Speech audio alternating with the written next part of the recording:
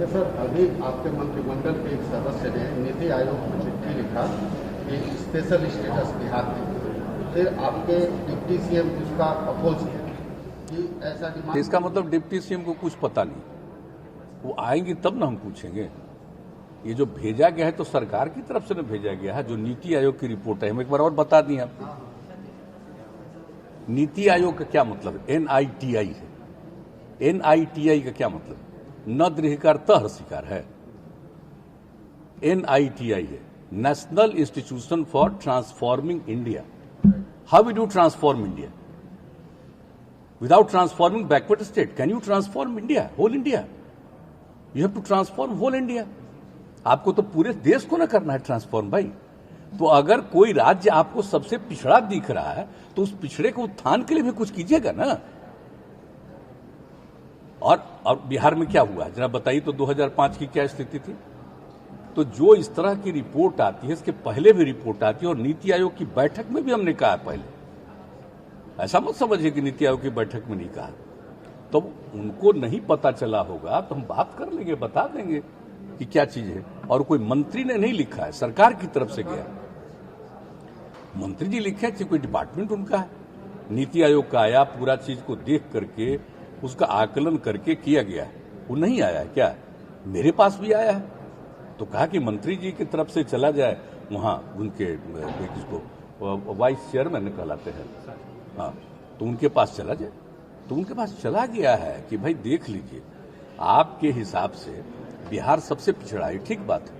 और एक एक बात बताया गया कि बिहार के बारे में जान रहे हैं, और ये कह दिया गया ट्रांसफॉर्मिंग इंडिया, तो सबको ना ट्रांसफॉर्म करिएगा। तो बिहार तो अपने ढंग से 2005 के बाद से जब हम लोगों को मौका मिला है, हम इसके डेवलपमेंट के लिए बहुत काम कर रहे हैं। और कितना काम किया, अब अगर जानना चाहते हैं तो हम बता दें आपको, ठहरिए, हम जरा अभी बता देते हैं। तो 2 ही 3 चीज बता देते हैं कि पहले कितना था और अभी कितना है। पहले क्या स्थिति थी आप समझ लीजिए कि 2004-05 में बजट का आकार था 23,885 करोड़, और 21-22 में अब राज्य सरकार का बजट कितना है?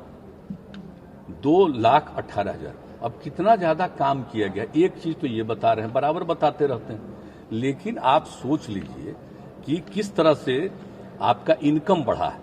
तो हर तरह से आप समझ लीजिए कि जो सबसे पहले हमको देखने को मिला 2009 में, हम ट्रेवल कर रहे थे और उस समय रिपोर्ट आई थी 2009 में कि साहब बिहार का औसत विकास दर 10.5% हुआ, और कंट्री के अन्य किसी भी राज्यों से सबसे ज्यादा है। तो उसके बाद से हम लोग इसको देखने लगे कि भाई हम लोग काम कर रहे हैं तो हम लोगों का विकास का दर बढ़ रहा है, ये तो बड़ी अच्छी बात है। तो आप सोच लीजिए कि राज्य सरकार ने जो मेहनत करना शुरू किया, तो जो औसत विकास का दर राज्य का है या अन्य राज्यों का प्रति वर्ष का विकास दर है, उससे ज्यादा अगर बिहार में इस गरीब राज्य ने किया तो मानिएगा ना भाई कि राज्य सरकार और राज्य के स्तर से कितना मेहनत किया जा रहा है। तो ये सब तो काम किया जाए, सबको जानना ना चाहिए। और बिहार तो पिछड़ा राज्य है ही, आप तो लिख रहे थे, हमको तो ठीक ही लग रहा है कि सबसे पिछड़ा राज्य है, लेकिन कहां थे आप जरा देख लीजिए।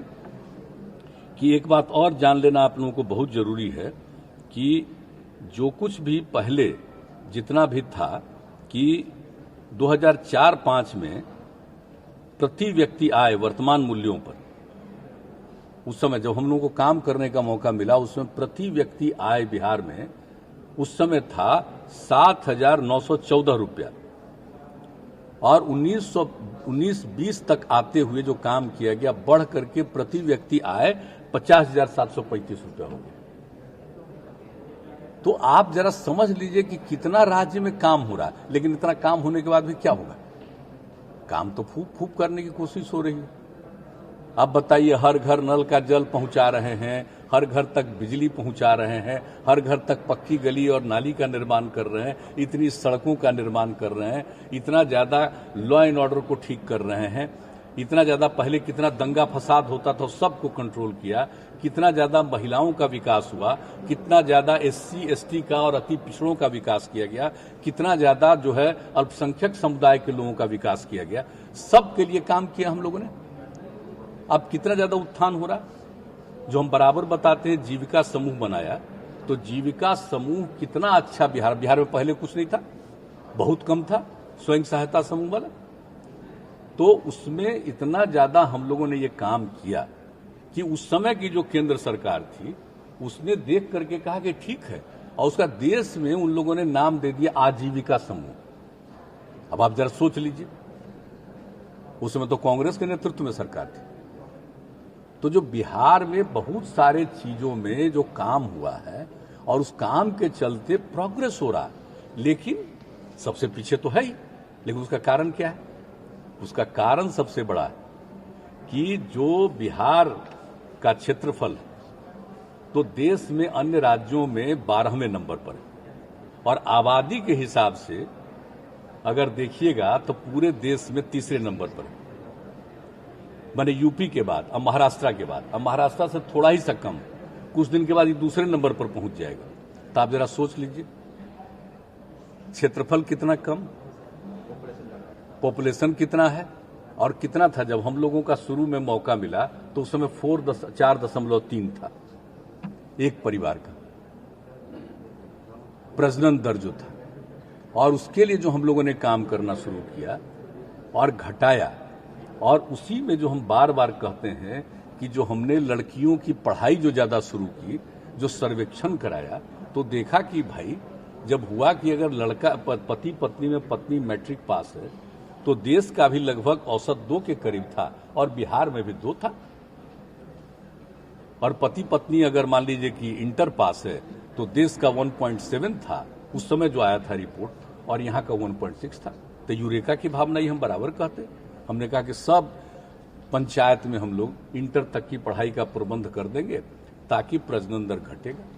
इसके लिए आप बताइए, लड़कियों के पढ़ने का जितना इंतजाम किया, पोशाक योजना से शुरू करा करके साइकिल योजना देख लीजिए ना, और साइकिल योजना तो कहीं है, ये लोग जो लिखता है तो लिखा है, साइकिल योजना जो बिहार में हम लोगों ने लड़कियों के लिए शुरू किया कहीं और था, दूसरे देश से लोग आकर के सर्वे किया उसका और इसकी तारीफ किया, और बाद में तो हमने लड़कों को भी देना शुरू किया। तो देखिए, लड़का लड़की भी अब लगभग बराबर हो गया मैट्रिक तक, तो उसके चलते प्रजनन दर घटने लगा। तो जो 4.3 था उससे घट के 13 में आ गया, करीब करीब 3.5 के करीब 3 और अब आ गया है 3 पर, और हम लोग कहा कि जरूर आ जाएगा 2 पर, ये जो काम करता रहे। तो भाई हम लोग काम कर रहे हैं, तो अभी जो स्थिति है, इतना पॉपुलेशन, सोच लीजिए, एरिया कम, तो प्रति व्यक्ति आय कैसे होगा? तो इतना कम है प्रति व्यक्ति आय, तो आप उनका भी रिपोर्ट आ गया, बड़ा अच्छा रिपोर्ट आ गया। नहीं, हम सुन तो लीजिए, अंतिम वाक्य सुन लीजिए कि इतना कम प्रजनन दर होगी। ये प्रजनन दर तो ठीक हो रहा है, तो सुधर रहा है, लेकिन हम कह रहे हैं आमदनी। अब जो देश का कितना है, देश का समझ लीजिए, प्रति व्यक्ति आय 1,34,432 रुपया। तो हम लोग इतना काम किए, यानी 19-20 का फिगर है, उसके बाद का फिगर अभी नहीं अवेलेबल है, और हमारे यहाँ है 50,735। तो इतना मेहनत करने के बाद हम लोग यहाँ पहुंचे हैं, लेकिन देश का इतना ज्यादा है, तो हम तो हैं सबसे पीछे। तो सबसे पीछे हैं तो इसका विकास का तो करना है ना। अब राज्य जितना काम कर रहा है उससे यहाँ पर पहुंचा है, तब करना न चाहिए। इसीलिए हम लोगों की तरफ से चला गया कि विशेष राज्य का दर्जा दीजिए। जब विशेष राज्य का दर्जा मिल जाएगा तो क्या होगा, तब क्या होता है, जो सबसे बड़ी चीज है, आप सोच लीजिए, देख लीजिए, तब तो नहीं हो रहा है आजकल। हम लोग तो आज से नहीं, आप सोचिए कितना बड़ा हम मूवमेंट चलाए, सब कुछ किए, सारा सर्वेक्षण करा उरा करके एक रिपोर्ट देना, सब कुछ किया गया। तो अब तो चूंकि आ गया, इस आयोग की रिपोर्ट आ गई, तो अब रिपोर्ट की आ गई, तो जो हम लोग कह रहे थे तब हो ही ना गया कि सबसे पीछे हैं। तो जब सबसे पीछे हैं तो विशेष राज्य का दर्जा पिछड़े राज्यों को अगर मिलेगा तब क्या फायदा होगा? सबसे बड़ा फायदा होगा कि जो केंद्र और राज्य का शेयर है, जो केंद्र की जितनी योजनाएं सरकार की चलती है, उसमें हो जाएगा 90-10, अभी 60-40 या 50-50। तब जैसे ही हो जाएगा तो राज्य को कुछ और पैसा बचेगा और उस पैसे से विकास का और काम होगा, तब तेजी से विकास का दर बढ़ जाएगा, तो बहुत तेजी से ये ठीक हो जाएगा और विकसित हो जाएगा। तो बहुत जरूरी है, देख लीजिए। इसलिए अगर कोई बोलता है तो उनको हो सकता है समझ नहीं होगी, बात ही नहीं समझा होगा। जो है वो कमजोर कर देता है, डिफरेंसेस ऑफ ओपिनियन जो है। हाँ, नहीं कोई जानता होगा ना, इसलिए तो आप पूछ लिए तो अच्छा कि हम बता दिए। वो तो सरकार की तरफ से गया, हमारे यहाँ किसी को अगर नहीं है बात, उनको इस सब तरह की बात नहीं बोलनी चाहिए। ये कोई किसी के बारे में यहां से बोल रहा है, वो कोई किसी के खिलाफ बोल रहा है, वो तो राज्य के हित में बोल रहा है ना। और जो मान लीजिए कि केंद्र की सहायता है वो तो मिलती ही है, तो केंद्र की जो सहायता मिलती है उसी से हो जाएगा, उससे नहीं ना होगा भाई। प्रति व्यक्ति आय, तो केंद्र की जितनी सहायता मिल रही है तो उससे प्रति व्यक्ति आय उतनी बड़ी है। और राज्य का जो भी सहायता है, राज्य का जो काम है, तो वही ना कहा जा रहा है कि जो सहायता की राशि जो है वो 90-10 हो जाएगा तो राज्य की और पैसे की बचत होगी, वो और दूसरे बेहतर काम में लग जाएगा। तो ये है बात कहा जा रहा है। तो इसीलिए फिर भेज दिया गया है रिपोर्ट कि जरा इन सब चीजों को गौर करिए। और जब हमारा सबसे पिछड़ा राज्य, तो सबसे पिछड़ा राज्य है तो इसको विकसित नहीं करिएगा तो ट्रांसफॉर्मिंग इंडिया कैसे होगा? इंडिया कैसे ट्रांसफॉर्म होगा? तो इंडिया का क्या विकसित राज्यों का ट्रांसफॉर्मेशन होना है कि पिछड़े राज्यों का भी होना है? तो इसलिए अपने यहां भी किसी के मन में कोई बात आई, हम जरूर बात करेंगे। ये समझना नहीं चाहिए ये किसी के खिलाफ है कि राज्य के हित में है। राज्य के पिछड़ेपन को खत्म करने के लिए ना बात है। तो अपनी तरफ से जितना काम हो रहा है या केंद्र की योजनाओं के चलते जितना काम हो रहा है, उसके बाद अगर सचमुच राज्य को बढ़ाना, तो हम लोग कैसे कर रहे हैं? प्रजनन दर को कम करेंगे, सब चीज को करना चाह रहे हैं, लेकिन सब चीज को देखते हुए इस बात को मान लेना चाहिए ना कि देश में सबसे अधिक आबादी है। हर स्क्वायर किलोमीटर पर कितनी आबादी है? सबसे ज्यादा बिहार की आबादी है। तो अभी तो प्रजनन दर घटते घटते घटेगा, कई साल लगेगा, लेकिन कुल मिलाकर के तो अभी अनेक वर्षों तक है। तो उसका उपाय यही है, इसका सबसे बड़ा उपाय यही है कि इसकी सहायता के लिए अगर ये होगा तो अतिरिक्त सहायता, राज्य के कई राज्यों को मालूम है विशेष राज्य का दर्जा मिला हुआ है, तो उनको कितना एडवांटेज हुआ है, तो उसी तरह का एडवांटेज बिहार और इसी तरह के अन्य कुछ पिछड़े राज्यों को अगर मिल जाएगा तो बहुत आगे बढ़ जाएगा। तभी ना देश पूरा आगे बढ़ गया भाई। तो इसीलिए ये पूरी बात है, तो इसको कोई को समझ, इस बात को जान लीजिए। और हम आप लोगों से तो आग्रह करेंगे कि जो कुछ भी गया है यहाँ का पत्र, हमने तो संक्षेप में कहा, बहुत ही विकसित एक एक चीज उसमें लिख करके भेज दिया गया है कि भाई कितना काम किया गया राज्य की तरफ से। हमने कुछ संक्षेप में आपको बता दिया, इतना ज्यादा काम किया गया है, तो उससे ग्रोथ हो रहा है। लेकिन फिर भी ऐसा ग्रोथ थोड़ी हो रहा है कि हमारी आबादी इतनी ज्यादा है कि क्या होगा ग्रोथ, कितना भी पैसा होगा। अब सोचिए ना, ग्रोथ रेट भी ज्यादा और तब भी इतना आबादी है तो क्या होगा? ग्रोथ रेट भी ज्यादा होने से क्या होगा? लेकिन ग्रोथ रेट भी बढ़ा रहे ना, सब कुछ हो रहा है ना। सोच लीजिए 7,000 से 50,000 पहुंचाए ना हम लोग, 7,800 से। लेकिन इससे क्या होगा काम? जब पूरे देश का 1,34,000 1,35,000 है तो उससे तो बहुत पीछे ना है, 40% से भी पीछे है ना। हम लोग 40% से है ना, उससे थोड़ा और पीछे होंगे।